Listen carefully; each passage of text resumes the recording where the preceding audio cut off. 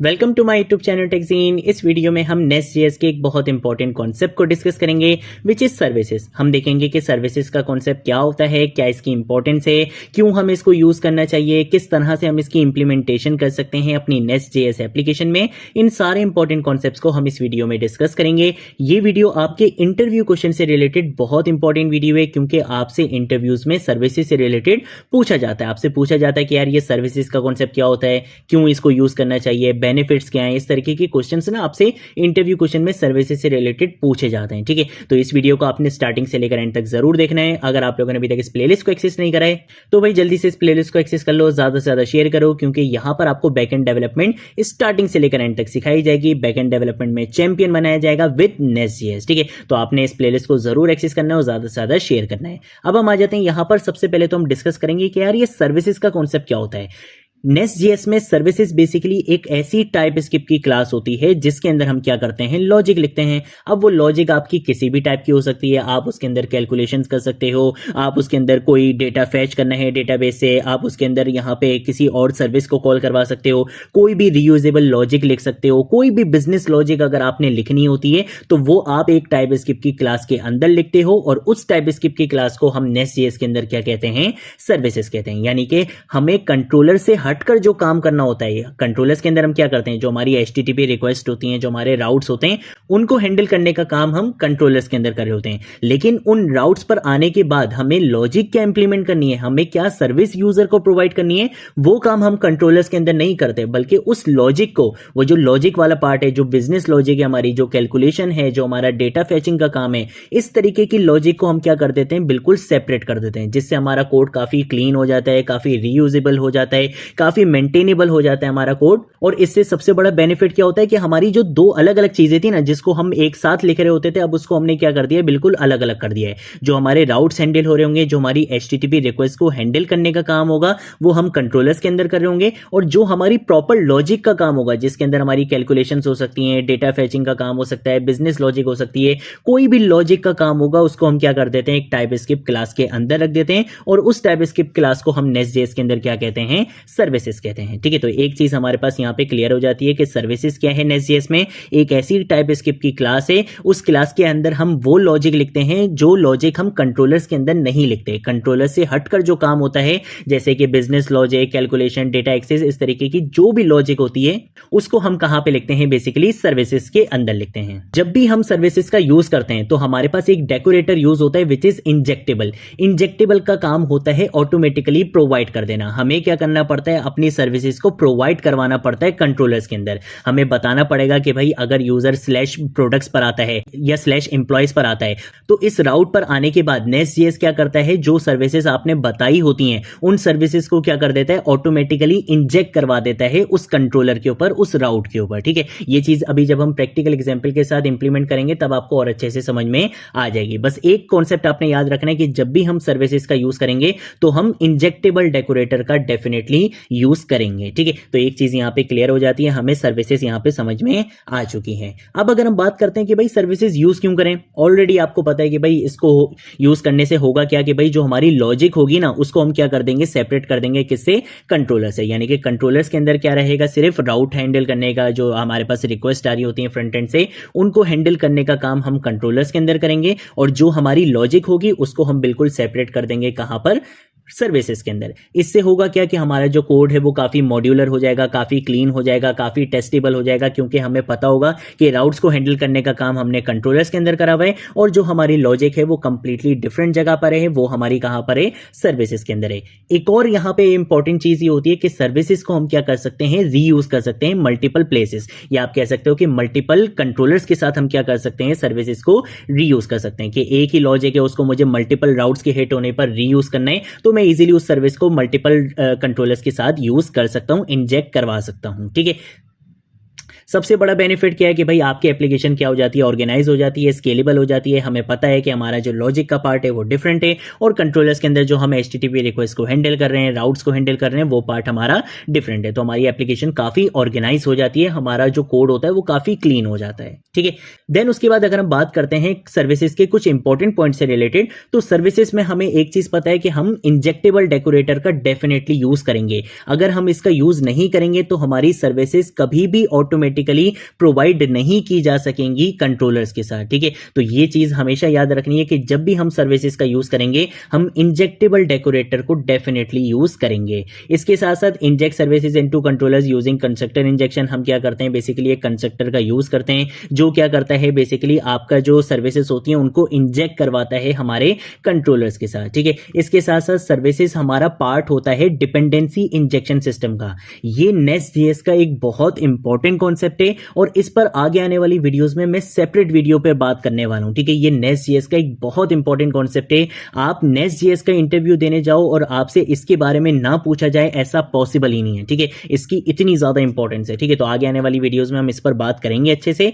इसके साथ साथ सर्विसेज के अंदर हम क्या कर सकते हैं बेसिकली जो भाई हमारी लॉजिक होती है, फेचिंग डेटा हो गया, कैलकुलेशंस हो गई, एपीआई कॉल्स हो गई, इस तरीके की जो भी हमारी लॉजिक होती है उसको हम कंट्रोलर्स के अंदर नहीं लिखते बल्कि कंट्रोलर से सेपरेट कर देते हैं, एक टाइपस्क्रिप्ट क्लास के अंदर लिखते हैं और उस टाइपस्क्रिप्ट की क्लास को हम नेस्ट.js में क्या कहते हैं, सर्विसेज कहते हैं। ठीक है, तो अब आपको थ्योरेटिकली अच्छा खासा आइडिया हो चुका है। अब इसकी प्रैक्टिकल एग्जांपल देखेंगे तो हम आ जाएंगे यहां पर अपनी नेस्ट.js की एप्लीकेशन में। यहां पर आने के बाद मैं सबसे पहले क्या करना चाहता हूं, अपनी सर्विसेज जनरेट करना चाहता हूं। तो एक तरीका तो वही है कि हम यहां पे src डायरेक्टरी में आए, एक फोल्डर बनाएं, फिर उसके बाद app.service.tss यानी कि जो भी फाइल हम बनाना चाहते हैं उसकी हम खुद से फाइल बनाएं, फिर उसका बॉयलर टेम्पलेट का कोड भी खुद लिखें। लेकिन मैं यहां पे ऐसा कुछ भी नहीं करूंगा क्योंकि नेस्ट.js ने हमें नेस्ट CLI जैसा एक पावरफुल टूल दिया है जिसमें हम क्या कर सकते हैं, कमांड्स का यूज करते हुए इस फ्रेमवर्क को कंट्रोल कर सकते हैं। तो यहां पर भी मैं वही काम करूंगा। मैं यहां पर आऊंगा, यहां पे आके सबसे पहले लिखूंगा नेस्ट, उसके बाद हमें क्या करना है बेसिकली जनरेट करना है। तो हम यहां पे आके पूरा जनरेट भी लिख सकते हैं और हम यहां पे आके सिंपल जी भी लिख सकते हैं। इसके साथ साथ जनरेट क्या करना है, सर्विस जनरेट करनी है। तो हम यहां पर आकर पूरा सर्विस भी लिख सकते हैं और हम यहां पर आकर सिंपल एज भी लिख सकते हैं। ठीक है, तो मैंने यहां पर आकर लिखा नेस्ट जी, यानी कि नेस्ट क्या करेगा बेसिकली जनरेट करेगा, एस का मतलब सर्विस को जनरेट करेगा। सर्विस का नाम क्या रखना है, मैंने यहां पर आकर अपनी सर्विस का नाम रख दिया है प्रोडक्ट रख दिया है। तो हमने क्या करा, नेस्ट CLI टूल की पावर का यूज करा, हमने एक ही कमांड से क्या करा, अपनी सर्विस को यहाँ पे जनरेट कर दिया। अब आप देख सकते हो यहाँ पे हमारे पास फोल्डर बनकर आ चुका है, यहाँ पे हमारे पास सर्विस की फाइल बनकर आ चुकी है, इसकी टेस्टिंग फाइल भी बन चुकी है और इसकी जो एक्चुअल फाइल है जो बेसिकली टाइपस्क्रिप्ट की क्लास है वो हमारे पास यहाँ पर बनकर आ चुकी है, जिसके अंदर हम क्या कर सकते हैं, अपनी लॉजिक लिख सकते हैं। ठीक है, तो वही काम हम यहाँ पे करेंगे। मैं इसको यहाँ पर आकर क्या कर देता हूँ, इस तरह से कर देता हूँ और उसके बाद हम यहाँ पे थोड़ा सा हम अपना कोड क्या कर लेते हैं, इस तरह से कर लेते हैं। ठीक है, यहाँ पर हम आ जाते हैं। यहाँ पर आने के बाद ये जो प्रीटियर हमें यहाँ पे वार्निंग्स दे रहा है इसको मैं डिसेबल कर देता हूं। अब आप यहां पे देख सकते हो कि नेस्ट.js को पता है कि भाई जब भी सर्विसेज बनाएंगे तो हमेशा हमें क्या करना पड़ेगा, इंजेक्टेबल का डेकोरेटर यूज करना पड़ेगा ताकि हम इस सर्विस को बेसिकली कंट्रोलर्स के अंदर इंजेक्ट करवा सकें, वहां पे कंस्ट्रक्टर का यूज करते हुए इस सर्विस को इंजेक्ट करवा सकें। अगर हम ये डेकोरेटर हटा देंगे तो नेस्ट.js इसको कहीं पर भी ऑटोमेटिकली इंजेक्ट नहीं करवा सकेगा। ठीक है, तो ये चीज जरूरी होती है, इसलिए देखो इसने खुद ही यहाँ पे बॉयलर टेम्पलेट के कोड में मुझे लिखकर दे दिया है।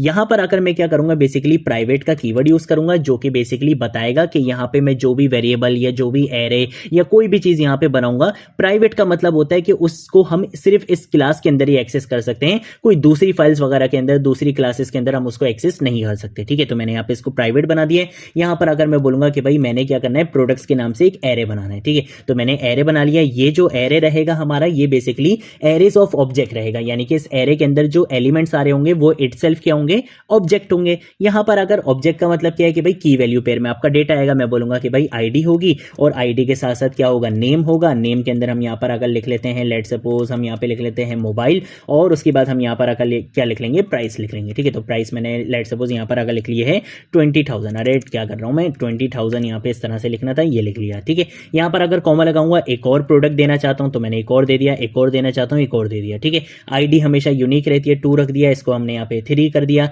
यहां पर अगर हम इसको क्या करेंगे, लेट सपोज मोबाइल की जगह मैं इसको यहाँ पे लैपटॉप लिख दूंगा और इसकी प्राइस हम यहाँ पे आके इस तरह से चेंज कर देंगे। ठीक है, इसके साथ साथ हम इसको यहाँ पे आके क्या लिख लेते हैं, टैबलेट लिख लेते हैं और इसको मैं यहाँ पर आकर क्या कर दूंगा, इस तरह से 40 कर दूंगा। ठीक है, तो मैंने क्या करा, बेसिकली एक एरे बना लिया और उस एरे के अंदर हमने क्या कर लिया, अपने यहाँ पे ऑब्जेक्ट्स की फॉर्म में अपने प्रोडक्ट्स को यहाँ पे लिस्ट कर लिया है। ठीक है, अब मैं क्या करूंगा, मैं यहाँ पर आकर बेसिकली मेथड्स बनाऊंगा। मेथड्स क्या रहेंगे, मैं यहाँ पर आकर एक मेथड बनाऊंगा गेट ऑल प्रोडक्ट्स का, जो क्या करेगा, बेसिकली हमारे सारे प्रोडक्ट्स को गेट करके दिखाएगा, फेच करके दिखाएगा। ठीक है, तो मैंने यहाँ पर आकर लिख दिया गेट ऑल प्रोडक्ट्स के नाम से हमने यहाँ पर एक मेथड बनाना है। तो इस तरह से मैंने यहाँ पे एक मेथड बना लिया। मैं यहाँ पर आकर लिखूंगा रिटर्न दिस डॉट और उसके बाद हम यहाँ पे आगे लिखेंगे प्रोडक्ट्स के, प्रोडक्ट्स के अंदर जितनी भी वैल्यूज होंगी, चाहे यहाँ पे 3 एलिमेंट हो, 4 हो, 10 हो, 1000 हो, 100 हो, जितने भी एलिमेंट्स होंगे ये सबको क्या कर देगा, रिटर्न कर देगा। दिस का क्या मतलब होता है, दिस का मतलब होता है कि इसी क्लास के अंदर हमने प्रोडक्ट्स के नाम से क्या बनाया हुआ है, एक एरे बनाया हुआ है। अगर हम दिस यूज नहीं करेंगे तो यहाँ पे बेसिकली हमारी टाइप स्क्रिप्ट का एरर आ सकता है, हमारे पास यहाँ पे कंफ्यूजन क्रिएट हो सकती है कि भाई किस प्रोडक्ट की बात कर रहे हो सकता है कहीं और पर भी हमने प्रोडक्ट्स यूज करा हुआ हो। ठीक है, तो यहाँ पे दिस डॉट प्रोडक्ट्स का क्या मतलब है कि इसी क्लास के अंदर यहाँ पे जो हमने प्रोडक्ट्स के नाम से बेसिकली एक एरे बनाया है उसको क्या करवा देगा, ये वाला मेथड रिटर्न करवा देगा। जब भी ये मेथड कॉल होगा तो इस प्रोडक्ट्स के अंदर जितने भी एलिमेंट्स होंगे सबको क्या करवा दिया जाएगा, रिटर्न करवा दिया जाएगा, यानी कि फेच करके आपको दिखा दिया जाएगा। एक और मेथड यहां पे बनाऊंगा, वो मेथड हमारा रहेगा गेट प्रोडक्ट बाय आईडी के नाम से, कि अगर मुझे किसी स्पेसिफिक प्रोडक्ट को क्या करना है, गेट करना है, तो ऑब्वियसली मैं उसको उसकी आईडी के थ्रू गेट कर सकता हूं। तो मैं यहां पर आकर एक और मेथड बनाऊंगा गेट प्रोडक्ट बाय आईडी के नाम से। और ऑब्वियसली जब हमें किसी स्पेसिफिक प्रोडक्ट को गेट करना होगा तो उसके पैरामीटर में हमें इसको क्या देनी पड़ेगी, उसकी आईडी भी देनी पड़ेगी। तो आईडी की टाइप क्या है, यहाँ पे नंबर है, तो मैंने यहाँ पे इसको आईडी की टाइप क्या बता दी है, नंबर बता दी है। यहां पर आकर मैं लिखूंगा रिटर्न, उसके बाद हम यहाँ पे लिखेंगे दिस डॉट प्रोडक्ट्स, के भाई इसी क्लास के अंदर हमारे पास क्या है, प्रोडक्ट्स का एक एरे है, आपने क्या करना है, उसके अंदर फाइंड करना है, यानी कि आपने ढूंढना है, सर्च करना है। क्या सर्च करना है, आपको पता है कि भाई प्रोडक्ट्स के अंदर हमारे पास यहाँ पे मल्टीपल एलिमेंट्स हैं, जैसे ये एक प्रोडक्ट है, ये एक प्रोडक्ट है, ये एक प्रोडक्ट है, हमारे पास मल्टीपल प्रोडक्ट्स हैं। तो मैं यहां पर आकर बोलूंगा कि भाई आपने क्या करना है, एक एक प्रोडक्ट को सबसे पहले गेट करना है। ठीक है, अब ये एक एक प्रोडक्ट को जब गेट करेगा, जैसे लेट्स सपोज सबसे पहले इसने इस प्रोडक्ट को गेट करा, तो इस प्रोडक्ट के अंदर इसके पास कितनी चीजें होंगी, 3 चीजें होंगी, आईडी होगा, नेम होगा और प्राइस होगी। तो हम क्या करेंगे, हम बोलेंगे कि भाई जो प्रोडक्ट अभी तुम्हें मिला है, सबसे पहले तुम चेक करो कि क्या उस प्रोडक्ट की आईडी बराबर है किसके, कि यहां पे ये जो पैरामीटर में तुम्हें आईडी मिल रही थी, यानी कि जिस आईडी को यूजर सर्च करना चाह रहा था, अगर वो आईडी बराबर हो जाती है प्रोडक्ट डॉट आईडी के, तो फिर तुम क्या कर देना, वही वाला प्रोडक्ट मुझे रिटर्न कर देना। तो इससे क्या होगा कि लेट सपोज अगर यूजर आईडी देता है 2, तो होगा क्या कि सबसे पहले यहां पे क्या करेगा, इस वाले एरे के ऊपर फाइंड का मेथड लगाएगा। ये यहां पर अगर सबसे पहले इस एलिमेंट को उठाएगा, इस एलिमेंट को उठाने के बाद हमने लिखा था प्रोडक्ट डॉट आईडी, तो इसकी आईडी क्या है 1, लेकिन यूजर ने क्या भेजा था 2, तो क्या 1 2 के बराबर है, ऑब्वियसली नहीं है। फिर ये क्या करेगा, सेकंड वाले एलिमेंट को उठाएगा, सेकंड वाले एलिमेंट को उठाने के बाद इसकी आईडी को क्या करेगा, कंपेयर करवाएगा, क्या इसकी आईडी वो वाली आईडी के बराबर है, ऑब्वियसली बराबर है, यूजर ने भी 2 बोला था और इस प्रोडक्ट की भी आईडी क्या है 2 है, तो यहाँ पे ये चीजें मैच हो जाएंगी। तो फिर ये क्या करेगा, आपको सिर्फ ये वाला प्रोडक्ट रिटर्न करेगा, सारे प्रोडक्ट रिटर्न नहीं करेगा। ठीक है, तो हमने इस सर्विस के अंदर क्या कर लिए हैं, 2 मेथड्स बनाए। एक मेथड क्या करेगा, हमें सारे प्रोडक्ट्स रिटर्न करेगा, और दूसरा मेथड क्या करेगा, हमसे आईडी लेगा और उस आईडी वाला प्रोडक्ट हमें क्या करेगा, गेट करेगा। ठीक है, रिटर्न करेगा। ठीक है, तो यहां पे हमने ये काम कर लिया है। अब सर्विस तो बन गई, लेकिन ये सर्विस बेसिकली किस राउट के हिट होने पर हमें मिलेगी, किस राउट के हिट होने पर हमें प्रोवाइड की जाएगी, वो अभी तक हमने यहां पर नहीं बताया। तो हमें क्या बनाना पड़ेगा, कंट्रोलर भी बनाना पड़ेगा। तो उसके लिए मैं यहां पर अगर लिखूंगा नेक्स्ट और उसके बाद मैं लिखूंगा जनरेट। हमें क्या जनरेट करना है, बेसिकली कंट्रोलर जनरेट करना है। तो मैंने यहां पे लिख दिया कंट्रोलर और कंट्रोलर का नाम मैंने यहां पे रख दिया प्रोडक्ट। यहां पे क्या करूंगा, एंटर प्रेस करूंगा। अब आप यहां पे देखोगे इस प्रोडक्ट वाली डायरेक्टरी के अंदर ही जहां पे सर्विस बने हुए थे, अब वहां पे क्या आ चुका है, कंट्रोलर के नाम से भी फाइल आ चुकी है। ठीक है, अब हम आ जाते हैं यहां पर आकर भी मैं क्या करूंगा, इसको बेसिकली इसको हम यहाँ पे क्या कर देंगे, डिसेबल कर देंगे। हम आ जाएंगे यहाँ पर इस एक्सपोर्ट की क्लास के अंदर। अब सबसे पहला काम मेरा क्या रहेगा, सबसे पहला काम मेरा रहेगा इस सर्विस को बेसिकली इंजेक्ट करवाना। ठीक है, इंजेक्टेबल तो है ये, यहाँ से ये इंजेक्टेबल डेकोरेटर बता रहा है कि हाँ भाई इस सर्विस को आप इंजेक्ट करवा सकते हो, लेकिन करवाएंगे कैसे कंट्रोलर के साथ, उसके लिए हम क्या करते हैं, बेसिकली कंस्ट्रक्टर का यूज करते हैं। हम यहाँ पर अगर क्या करेंगे, इस कंस्ट्रक्टर मेथड का यूज करेंगे। मैं यहाँ पर अगर लिखूंगा प्राइवेट का कीवर्ड, यहाँ पर आकर मैं क्या करूंगा, रीड ओनली का कीवर्ड यूज करूंगा। रीड ओनली के कीवर्ड का मतलब ये होता है कि यहाँ पर जो मैं वेरिएबल बनाने वाला हूँ उसकी वैल्यू हम चेंज नहीं कर सकते, ठीक है। उसको हम सिर्फ क्या कर सकते हैं, रीड कर सकते हैं, लेकिन उसकी वैल्यू को हम कहीं पे भी कोई चेंज नहीं करेंगे। मैं क्या करूंगा, अपनी सर्विस का इंस्टेंस बनाऊंगा। तो मैं यहां पर आऊंगा, यहां पर आकर मैं लिख दूंगा लेट सपोज प्रोडक्ट सर्विस। आप किसी भी नाम से यहां पे बना सकते हो, मैंने यहां पे लिखा प्रोडक्ट सर्विस। और ये जो इंस्टेंस बनाना है ये किस सर्विस का बनाना है, जो हमारी प्रोडक्ट सर्विस है एक्चुअल में। तो मैं यहां पर आकर लिख दूंगा कि भाई हमारी जो प्रोडक्ट सर्विस है, प्रोडक्ट सर्विस कहाँ है, यहाँ पर है। यहाँ पे आके एंटर प्रेस करूंगा। अब आप देख सकते हो ये जो प्रोडक्ट सर्विस थी ये यहाँ से इंपोर्ट हो चुकी है। मैंने क्या बोला कि भाई कंस्ट्रक्टर का यूज करो, कंस्ट्रक्टर का यूज करते हुए ये जो मेरी सर्विस बनी हुई थी यहाँ पर,